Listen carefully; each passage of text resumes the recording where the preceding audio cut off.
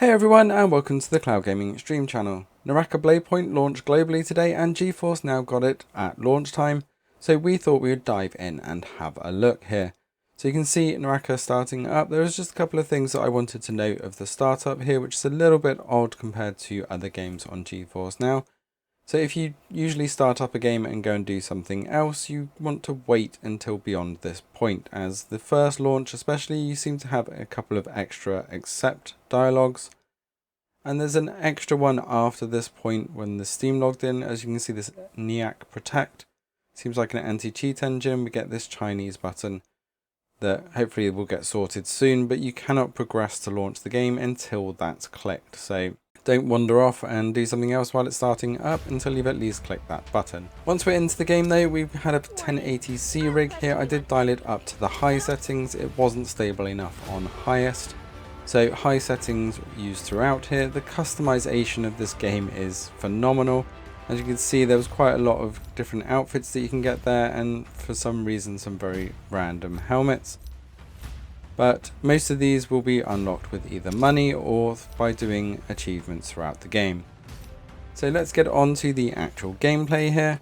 Now it is worth noting that up until level 5, most of your matches are going to be 80 to 90% bots. The people in your team usually are real players, but beyond that everybody else are likely to be bots. However, as soon as you hit level 5, the next game that you jump into will be pretty much all real players, and be warned, the difficulty curve goes through the roof. So if you are thinking that you are pretty good on the bot versions in those first 3 or 4 matches, then you will be in for a bit of a shock when we get into the 5th or 6th round once you've passed that level 5. The good news is you should have warmed up to the game by that point, and also the abilities of the character that you've chosen. I went with the more healer class, which I'm now kind of regretting once I've got into the real world matches, as you don't get a lot of time to heal when you get jumped on by 3 other players. As you'll see later on in this video, you don't last very long compared to when you're against bots, which seem to be very easy. What you can see though is that the latency is slightly over masking the frames per second here. And on high, we're looking at 40 plus frames a second, with some dips down to 30 on the 1080C. So if you are going to want that 60 frames per second, the magic 60, then you are probably going to want to push it down to medium settings, or at least fiddle with some of those settings somewhat to get a bit of a higher frame rate. But we did want to push the rigs here to see just how well this performs.